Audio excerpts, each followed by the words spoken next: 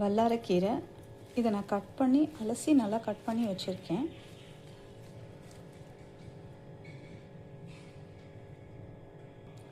சின்ன வெங்காயம், பொடியாக நறுக்கின சின்ன வெங்காயம் ஒரு 15லேருந்து 20 இருந்தால் ஓகே தான். பூண்டுமே ஒரு 15 to 20 கவுண்ட்ஸ் இருந்ததுன்னா கரெக்டாக இருக்கும். அப்புறம் ஒரு மீடியம் சைஸ் 2 தக்காளி எடுத்திருக்கேன். நல்லா பழுத்ததாக எடுத்துக்கிட்டிங்கன்னா ஸ்மாஷ் பண்ணுறப்போ இன்னும் ஈஸியாக இருக்கும். அப்புறம் 3 கவுண்ட் அளவுக்கு ட்ரை ரெட் சில்லி எடுத்திருக்கேன். இது காரத்துக்கு ஏற்ற மாதிரி உங்களுக்கு எவ்வளோ காரம் வேணுமோ அதுக்கேற்ற மாதிரி நீங்கள் கூடவோ குறைச்சலோ பண்ணிக்கலாம். அப்புறம் சீரகம் 2 ஸ்பூனு, மஞ்சப்பொடி 1/2 ஸ்பூன், கொரியாண்டர் பொடி 1/2 ஸ்பூன், கடுகு தேவையான அளவு கடுகு எடுத்துக்கோங்க. அப்புறம் கொஞ்சமாக வெந்தயம், கொஞ்சம் புளி எடுத்திருக்கேன். இப்போ நான் அடுப்பை பற்ற வச்சுக்கிறேன்.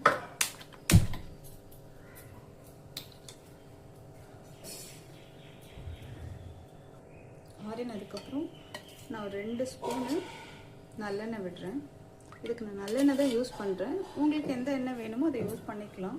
நல்லெண்ணெய் யூஸ் பண்ணிங்கன்னா இதோட டேஸ்ட் ரொம்ப நல்லாயிருக்கும். இப்போ ஆயில் காஞ்சதுக்கப்புறம் கொஞ்சமாக வெந்தயம் ஆட் பண்ணிக்கிறேன். அப்புறம் வரமிளகாய்,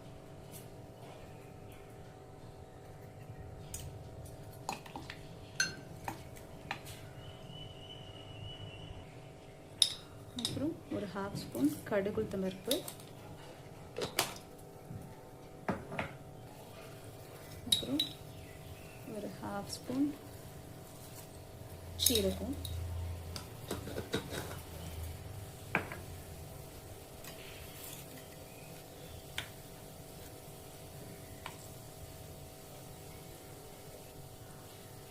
அப்புறம் பூண்டு ஆட் பண்ணிக்கிறேன்.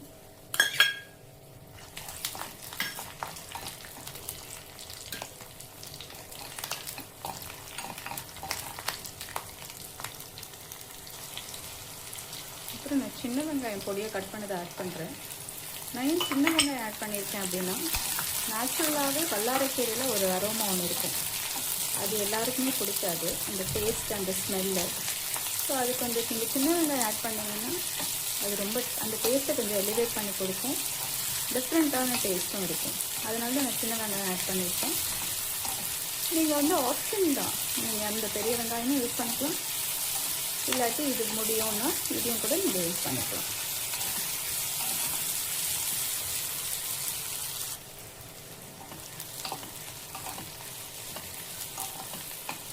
சின்ன வெங்காயம் வதங்கினதுக்கப்புறம் நம்ம தக்காளி ஆட் பண்ணிக்கலாம்.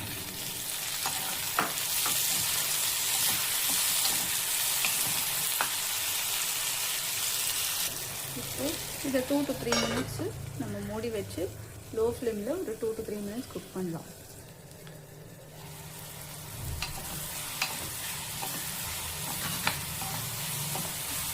இந்த ஸ்டேஜில்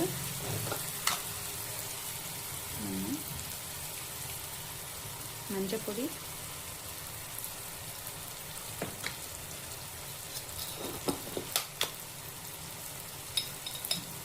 கொஞ்சமாக ரெட் சில்லி பவுடர், ஒரு 1/2 ஸ்பூன் கொரியாண்டர் பவுடர் ஆட் பண்ணி மிக்ஸ் பண்ணிக்கலாம்.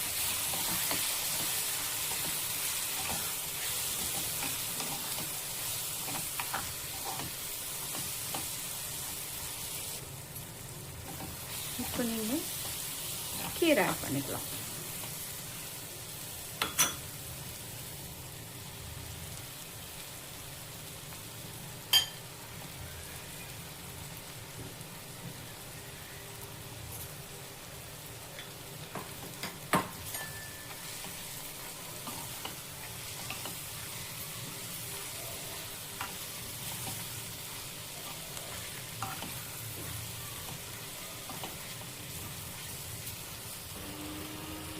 இப்போ இந்த டிஷ்ஷுக்கு தேவையான உப்பு ஆட் பண்ணிவிட்டு கொஞ்சமாக தண்ணி விட்டுக்கலாம். கலந்து விட்டுட்டு 4 to 5 minutes மூடி போட்டு வேக வச்சிடலாம். இப்போ நம்ம ஓப்பன் பண்ணி வெந்துருச்சான்னு பார்த்துட்டு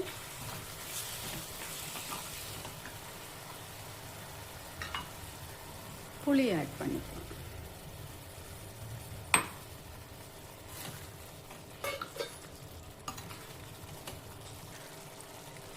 இப்போது நம்மளோட வல்லாரை தொக்கு ரெடி. இது சாதத்துக்கு ரொம்ப நல்லாயிருக்கும். சாதத்துக்கு மட்டும்தான் சாப்பிட முடியும்.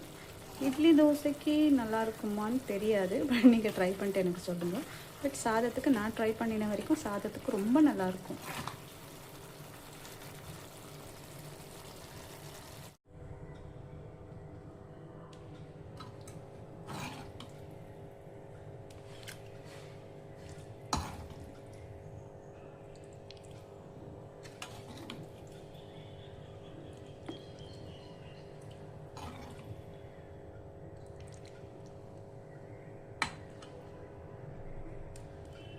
வல்லாரை தொக்கு is ready.